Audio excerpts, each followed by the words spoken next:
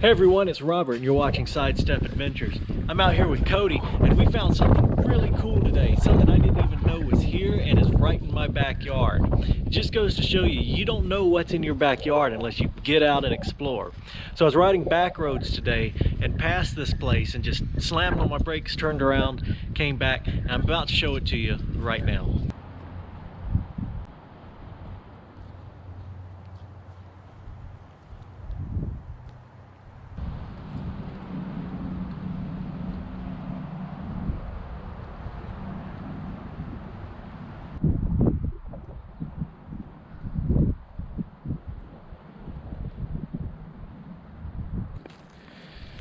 So we're in Spring Villa Park, located in Opelika, Alabama, which I didn't even realize I made it all the way to Opelika driving back roads. And this house is very cool with a lot of history. We're going to take a look inside in just a minute, but first I want to walk out around it and read you the history off this pamphlet.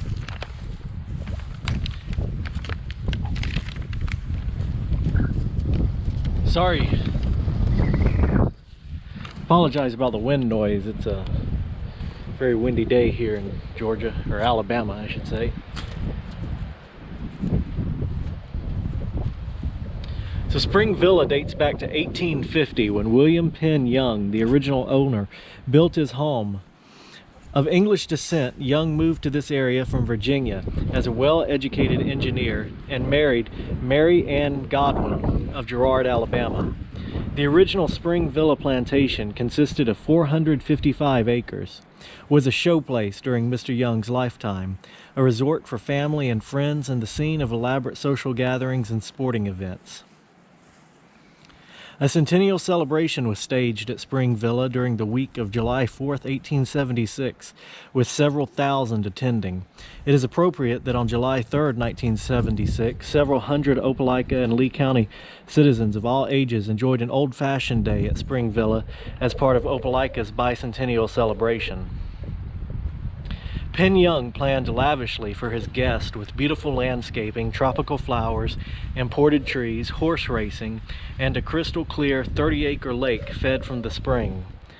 Guests toured the lake filled with tropical fish and surrounded by weeping willow trees, and glass-bottomed boats to a beautiful island for walks and picnics. Some original willow trees and portions of the lake bed and dam are still visible. After 1888, the property had several owners, with the city of Opelika purchasing the area in 1927 for a water supply. Later it was deeded to the state for a state park, but deeded back to the city in 1939. The original home burned in the late 1920s, but was rebuilt in 1934 by the old CWA, at which time the rear annex was added in exact style. During this period, the late 1930s, a Boy Scout committee led by Dr. Oscar Tatum developed Spring Villa as a Boy Scout camp and made numerous improvements, including the no longer existing spring-fed swimming pool.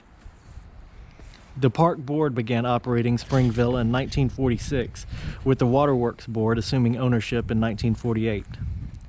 The spring is still an emergency water supply for Opelika. Alright, so this house has a haunted history behind it too, and we're going to see the spot where the legend started in just a minute when we go inside, but first I'm going to tell you about it. Penn Young had many slaves and worked them very hard. Although he was a gracious host, he was a demanding taskmaster. The story says that Penn Young was killed by one of his slaves. The slave, seeking revenge for harsh punishment, hid one night. I'm trying to block the wind while I read. The slave, seeking revenge for harsh punishment, hid one night in the niche halfway up the spiral staircase and waited.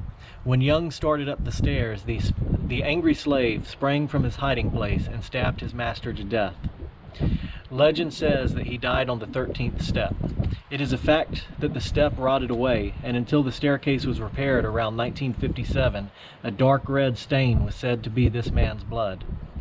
Even today, visitors are told to carefully avoid stepping on this haunted spot. Very cool story. Now, let's take a look inside the house. Back then, I had a story saying that there was account that stayed the night out here one night. The little boy forgot something. He came back in to get it, and he seen a lady in here playing the piano. They say. Really? And then the counselor came in to get him, wondering what was taking so long, and they loaded up and then ended up staying at the gym in Opelika. Really? But I guess he's seen the same thing. Wow.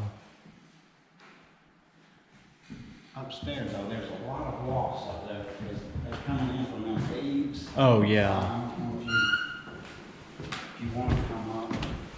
Oh, yeah, they don't bother me too much. Yeah, this is the step he got killed. Well, no, the one you're about to step on is 13. And the slave was in that cubby hole behind me. Really? Yeah, when he come up the steps, they say he cut his head off or either stabbed him to death. Really? Wow.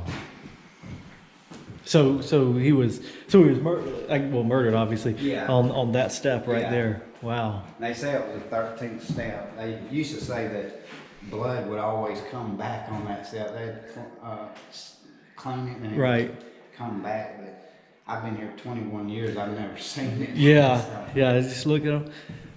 I don't see any. yeah, I didn't either. Oh man, you weren't kidding about the wasp. They're Yeah, all over the floor. Up in these eaves, there's big nests and stuff, and I guess they come in and then they get, I guess, just die. Or some of them are still alive, I think. But, yeah.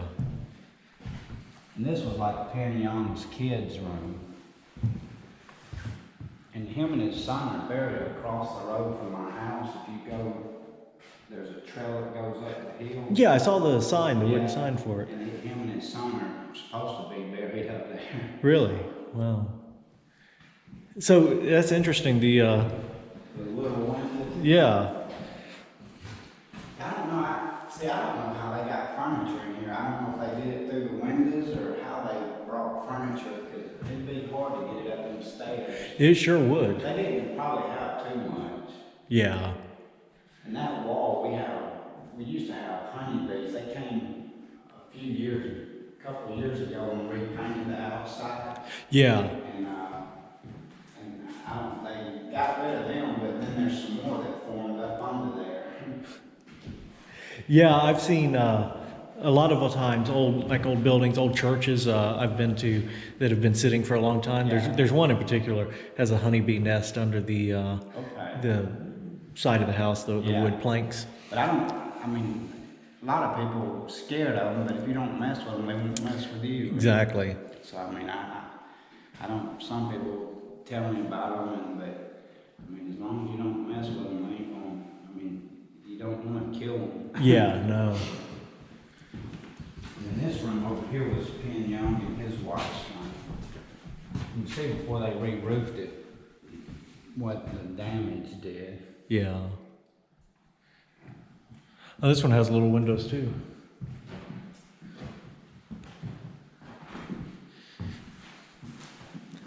That's pretty interesting, the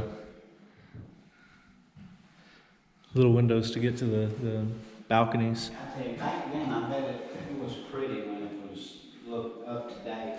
Yeah. My wife said she'd like to come in here and try to redo it and live in it, but I don't know. Yeah. Well, I tell you, when I drove by, I've never seen anything that looked like this, around here. A lot of people think it's a church or something, thinking that side was a church or something, but Yeah.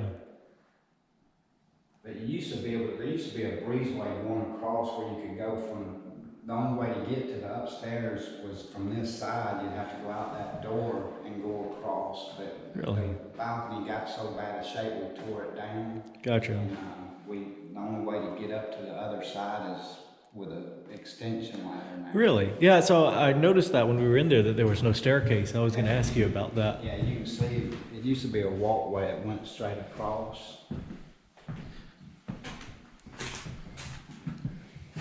Huh, that's interesting. I wonder what the thought was, architecturally. Yeah, I don't know. I don't know why they wouldn't have a stair, like you'd have to come through this way to get to over there, but Yeah. some people say this, I mean, like whenever he had races and stuff out here, they said that he used that side for the guests and stuff to live above over there. And because down by the old pool, you can see, like somebody said there used to be a rock. You can still see a rock foundation. They said that's where the slave headquarters were. Gotcha. Yeah. It's very cool.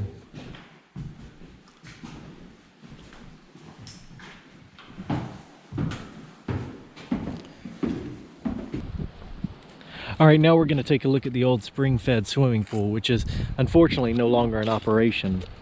Apparently the rock quarry that was just over that way mined down below the water base and affected the water coming up here to feed this swimming pool.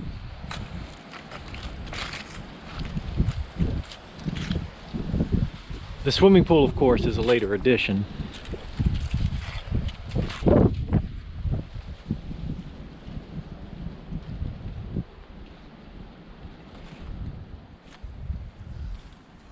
I believe the pamphlet said it's from the 1950s, although I'd have to go back and watch the video while I was reading it to know for sure.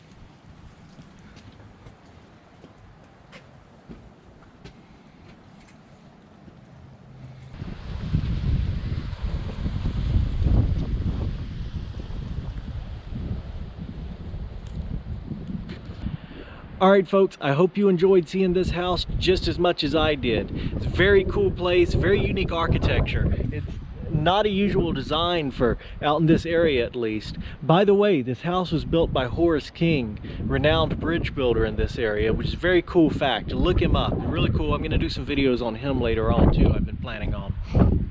But this is an amazing house, and like I said earlier, it just goes to show you don't know what's in your backyard until you go out looking. So this is in Opelika, Alabama, and is a park and a campground. So if you're ever in the area, make sure you stop by and check it out. But the video's not over yet. Right now we're about to walk across the road and check out Mr. Young's gravesite. Alright, so the house is right over there. I don't know if you can see it through the trees on the GoPro. I've been walking up this little trail, and I think we've come up to the gravesite, which is really interesting how it's on this hill right here.